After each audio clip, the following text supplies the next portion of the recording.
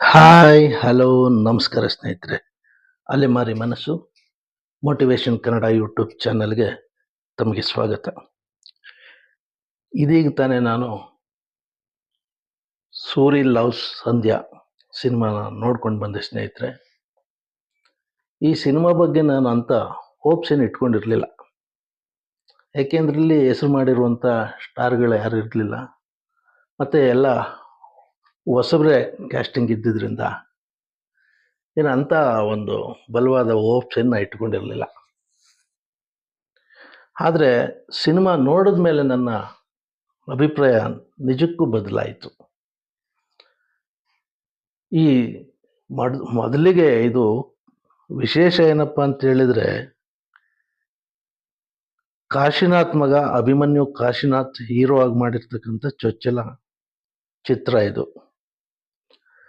ಅವರಪ್ಪ ಕಾಶಿನಾಥ್ ಒಂದು ಕಾಮಿಡಿ ಮತ್ತು ಬೇರೆ ಕಾಮಿಡಿ ಮತ್ತು ಫ್ಯಾಮಿಲಿ ಸೆಂಟಿಮೆಂಟ್ಸ್ ಸಿನಿಮಾಗಳಲ್ಲೂ ಕೂಡ ಸ್ವಲ್ಪ ಹೆಸರು ಮಾಡಿರ್ತಕ್ಕಂಥವ್ರು. ಮತ್ತು ಜೊತೆಗೆ ಈ ಪ್ರೇಮ ಕಾಮ ಎಲ್ಲನೂ ಸಮೀಕರಿಸಿ ಒಂದು ರೀತಿಯಲ್ಲಿ ಕಾಮಿಡಿ ವಿತ್ ಮೆಸೇಜ್ ಸೊಸೈಟಿಗೆ ಕೊಡುವಂಥ, ಎಷ್ಟೇ ಡಬಲ್ ಮೀನಿಂಗ್ ಇದ್ರೂ ಅಲ್ಲಿ ಒಂದು ಸೊಸೈಟಿಗೆ ಮೆಸೇಜ್ ಕೊಡುವಂಥ ಗುಣ ಆ ಚಿತ್ರಗಳಿಗೆ ಇರ್ತಾ ಇತ್ತು. ಆ ಮಟ್ಟದ ಒಬ್ಬರು ಸಾಮರ್ಥ್ಯ ಇರತಕ್ಕಂಥ ಉತ್ತಮವಾದ ನಟ ಮತ್ತು ನಿರ್ದೇಶಕ ಕಾಶಿನಾಥ್ ಅನ್ನೋದ್ರಲ್ಲಿ ಎರಡು ಮಾತಿಲ್ಲ. ಉಚ್ಚೆಬ್ಸಿದಾವೆ, ಕೆಲವು ಸಂದರ್ಭಗಳಲ್ಲಿ ಯುವಕರನ್ನ ಉಚ್ಚೆಬ್ಸಿ ನೋಡುವಂಥ ಸಿನಿಮಾಗಳನ್ನ ಕೊಟ್ಟಿದ್ದಾರೆ. ಹೆಸರುಗಳು ಮತ್ತು ಆ ವಸ್ತು, ಕಥಾವಸ್ತು ಏನೇ ಇದ್ರೂ ಅಂತಿಮವಾಗಿ ಅವ್ರು ಕೊಡೋ ಮೆಸೇಜ್ ಇತ್ತಲ್ಲ, ಅದು ಎಂಥವ್ರಿಗೂ ಇಷ್ಟವಾಗ್ತಿತ್ತು. ಅದು ಅಂಥ ಒಂದು ಹೆಸರು ಮಾಡಿರ್ತಕ್ಕಂಥ ಕಾಶಿನಾಥ್ ಅವ್ರ ಮಗ ಅವರಿಲ್ಲದ ಸಮಯದಲ್ಲಿ ಮಾಡಿದ್ದಾರೆ ಅಂತ ಹೇಳಿದಾಗ ಒಂದು ಕುತೂಹಲನೂ ಸಹಜವಾಗಿ ಇತ್ತು. ಆದರೆ ನೋಡಿದಾಗ ನಿಜಕ್ಕೂ ಖುಷಿ ಆಯಿತು.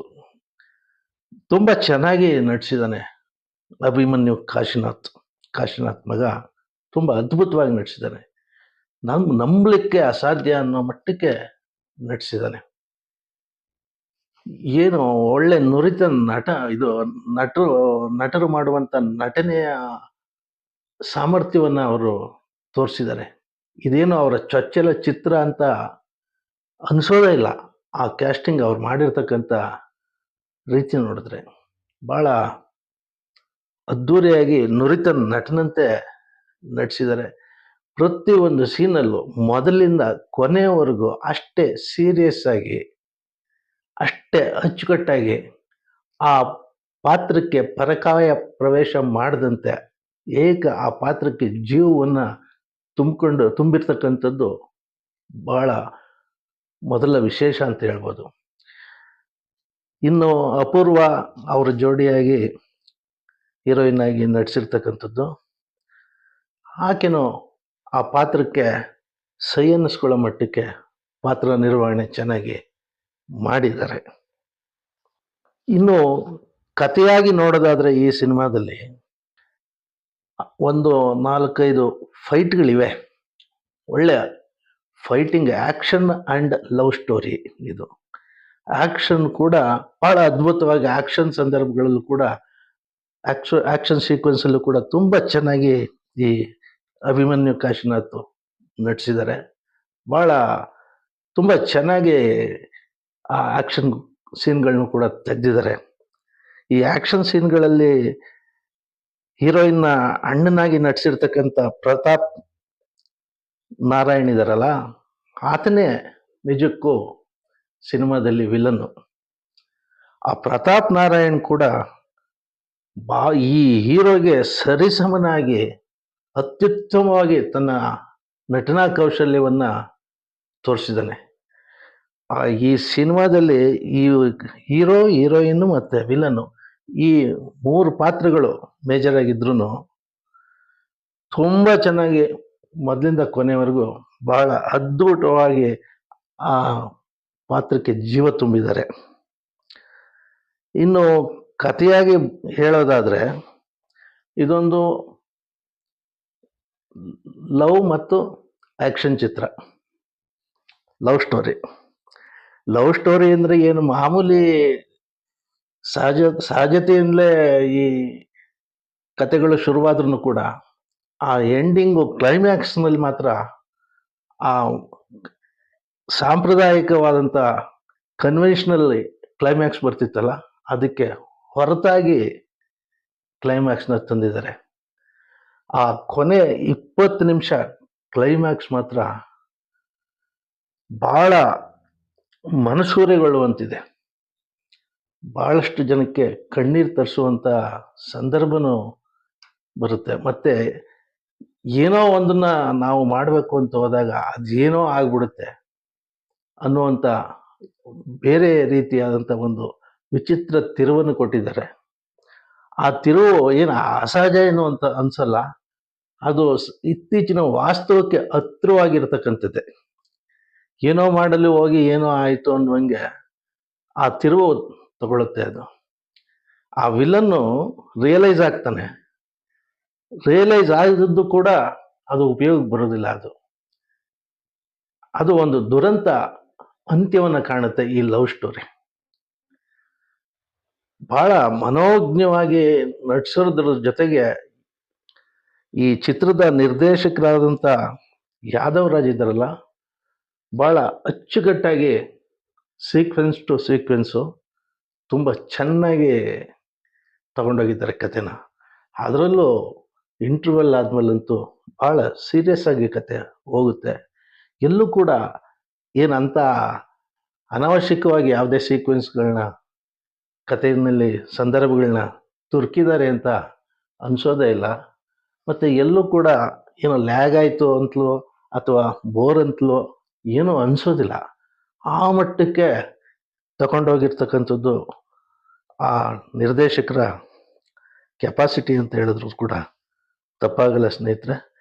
ಮತ್ತು ಇನ್ನು ಈ ಸಿನಿಮಾದಲ್ಲಿ ಒಂದೆರಡು ಹಾಡು ಚೆನ್ನಾಗಿವೆ, ಮನೋಜ್ಞವಾಗಿವೆ, ಕೇಳ್ಬೋದು, ಇಂಪಾಗುವಂಥ ಸುಶ್ರಾವ್ಯವಾಗಿವೆ ಒಂದೆರಡು ಹಾಡುಗಳು. ಮತ್ತು ಸಂಗೀತ ಪರವಾಗಿಲ್ಲ ಅಂತ ಅಬ್ಬರನೂ ಇಲ್ಲ, ಇದು ಇಲ್ಲ. ಆ ಡಬ್ಬಿಂಗ್ ಸೀಕ್ವೆನ್ಸ್ಗಳೆಲ್ಲ ತುಂಬ ಚೆನ್ನಾಗಿ ವಾಯ್ಸು ಕೇಳುತ್ತೆ. ಈ ಎಲ್ಲ ಪಾಸಿಟಿವಿಟಿ ಇರೋದ್ರಿಂದ ಇತ್ತೀಚೆಗೆ ತೆರೆ ಕಾಣ್ತಾ ಇರ್ತಕ್ಕಂಥ ಹೊಸಬರು ಚಿತ್ರಗಳಲ್ಲಿ ಸೈ ಅಂತ ಅನ್ನಿಸ್ಕೊಂಡಿದೆ ಅಂತ ಅಂದರೆ ತಪ್ಪೇನಿಲ್ಲ ಸ್ನೇಹಿತರೆ. ಇದೊಂದು ರೀತಿ ಕುಟುಂಬ ಸಮೇತವಾಗಿ ನೋಡುವಂಥ ಚಿತ್ರನೂ ಕೂಡ ಇದು. ಈ ಸಾಂಪ್ರದಾಯಿಕವಾಗಿ ಈ ಕನ್ವೆನ್ಷನಲ್ ಕ್ಲೈಮ್ಯಾಕ್ಸ್ ಇಲ್ದಂಗೆ, ಎಲ್ಲೂ ಬೋರ್ ಹೊಡಿಸ್ದಂಗೆ, ನಟರ ಹೊಸಬರು ಅನ್ನೋದೆಲ್ಲೂ ತೋರಿಸ್ಕೊಳ್ಳೋದಂಗೆ ಆ ಕ್ಯಾಸ್ಟಿಂಗ್ ಇದೆಯಲ್ಲ, ಅದನ್ನೆಲ್ಲ ಉಚಿತವಾದ ರೀತಿಯಲ್ಲಿ ತಗೊಂಡೋಗಿದ್ದಾರಲ್ಲ ಈ ಡೈರೆಕ್ಟ್ರು, ಇವೆಲ್ಲ ಭಾಳ ಅಚ್ಚುಕಟ್ಟಾಗಿದೆ. ಎಕ್ಸ್ಪೆಕ್ಟ್ ಮಾಡದೇ ಇರತಕ್ಕಂಥ ಚಿತ್ರ ಅನ್ಎಕ್ಸ್ಪೆಕ್ಟೆಡ್ ಆಗಿ ಚೆನ್ನಾಗಿದೆ ಅನ್ನೋ ರೀತಿಯಲ್ಲಿ ತುಂಬ ಚೆನ್ನಾಗಿದೆ. ಅನ್ಎಕ್ಸ್ಪೆಕ್ಟೆಡ್ ಅಂದರೆ ನಾವೆಲ್ಲ ಹೊಸಬ್ರು ಈ ಥರದ ಸುಮಾರು ಸಿನಿಮಾಗಳು ಬರ್ತವೆ ಹೋಗ್ತಾ ಇರ್ತವೆ ಅನ್ನೋ ದೃಷ್ಟಿನಲ್ಲಿ ನಾವೇನು ಅಷ್ಟು ಹೋಪ್ಸ್ನ ಈ ಸಿನಿಮಾ ಬಗ್ಗೆ ಇಟ್ಕೊಂಡಿರಲಿಲ್ಲ. ಆದರೂ ಕೂಡ ಒಳ್ಳೆ ಮೆಸೇಜ್ ಅಂತ ಹೇಳೋದಿಲ್ಲ, ಈ ವಾಸ್ತವಕ್ಕೆ ಹತ್ರ ಇರ್ತಕ್ಕಂಥ ದುರಂತ ಅದು. ಎಂಡ್ ಕ್ಲೈಮ್ಯಾಕ್ಸ್ ಇದೆಯಲ್ಲ, ವಾಸ್ತವಕ್ಕೆ ಹತ್ರ ಅಂತ ಯಾತಕ್ಕೆ ಹೇಳ್ಬೋದು ಅಂದರೆ, ಇತ್ತೀಚೆಗೆ ನಾವು ಕಾಣ್ತಾ ಇರ್ತಕ್ಕಂಥ ಅಪಸವ್ಯಗಳನ್ನ ಸಮಾಜದಲ್ಲಿ ನೋಡ್ತಾ ಇರ್ತೀವಲ್ಲ, ಆ ರೀತಿ ಏನೆಲ್ಲ ಆಗೋಗ್ಬಿಡುತ್ತೆ, ಯಾವ ರೀತಿ ಟರ್ನ್ ತೊಗೊಂಡ್ಬಿಡುತ್ತೆ ಅನ್ನೋದನ್ನು ತುಂಬ ಅಚ್ಚುಕಟ್ಟಾಗಿ ತೋರಿಸಿದ್ದಾರೆ ಸ್ನೇಹಿತರೆ. ಸಿನಿಮಾನ ಒಂದ್ಸರಿ ನೋಡೋದ್ರಲ್ಲಿ ಯಾವ ತೊಂದರೆನೂ ಇಲ್ಲ, ಕೊಟ್ಟ ಕಾಸಿಗೆ ಮೋಸ ಅಂತೂ ಇಲ್ಲ. ಅಪರೂಪಕ್ಕೆ ಒಂದು ಒಳ್ಳೆ ಲವ್ ಸ್ಟೋರಿ, ಹೊಸಬರ ಚಿತ್ರ, ಅದು ಅಚ್ಚುಕಟ್ಟಾಗಿ ಬಂದಿದೆ. ಹೊಸಬ್ರು ಅಂತ ಏನೋ ನಾವು ಅವ್ರಿಗೆ ಉದಾರತೆಯನ್ನು ತೋರಿಸಿ ಕನ್ಸೆಷನ್ ಕೊಟ್ಟು ನೋಡಬೇಕಾದಂಥದ್ದೇನಿಲ್ಲ. ಹಳಬರಿಗಿಂತಲೂ ಹಳಬರಷ್ಟೇ ಆ ಪಾತ್ರಕ್ಕೆ ಎಷ್ಟು ಜೀವ ತುಂಬಬೇಕು, ಆ ಪಾತ್ರಕ್ಕೆ ಪಾತ್ರವೇ ಆಗಿ ಜೀವಿಸಿರ್ತಕ್ಕಂಥ ಚಿತ್ರ ಇದು. ತುಂಬ ಚೆನ್ನಾಗಿದೆ. ನೋಡಿ ಬನ್ನಿ ಸ್ನೇಹಿತರೆ. ಒಳ್ಳೆಯದಾಗಲಿ. ನಮಸ್ಕಾರ.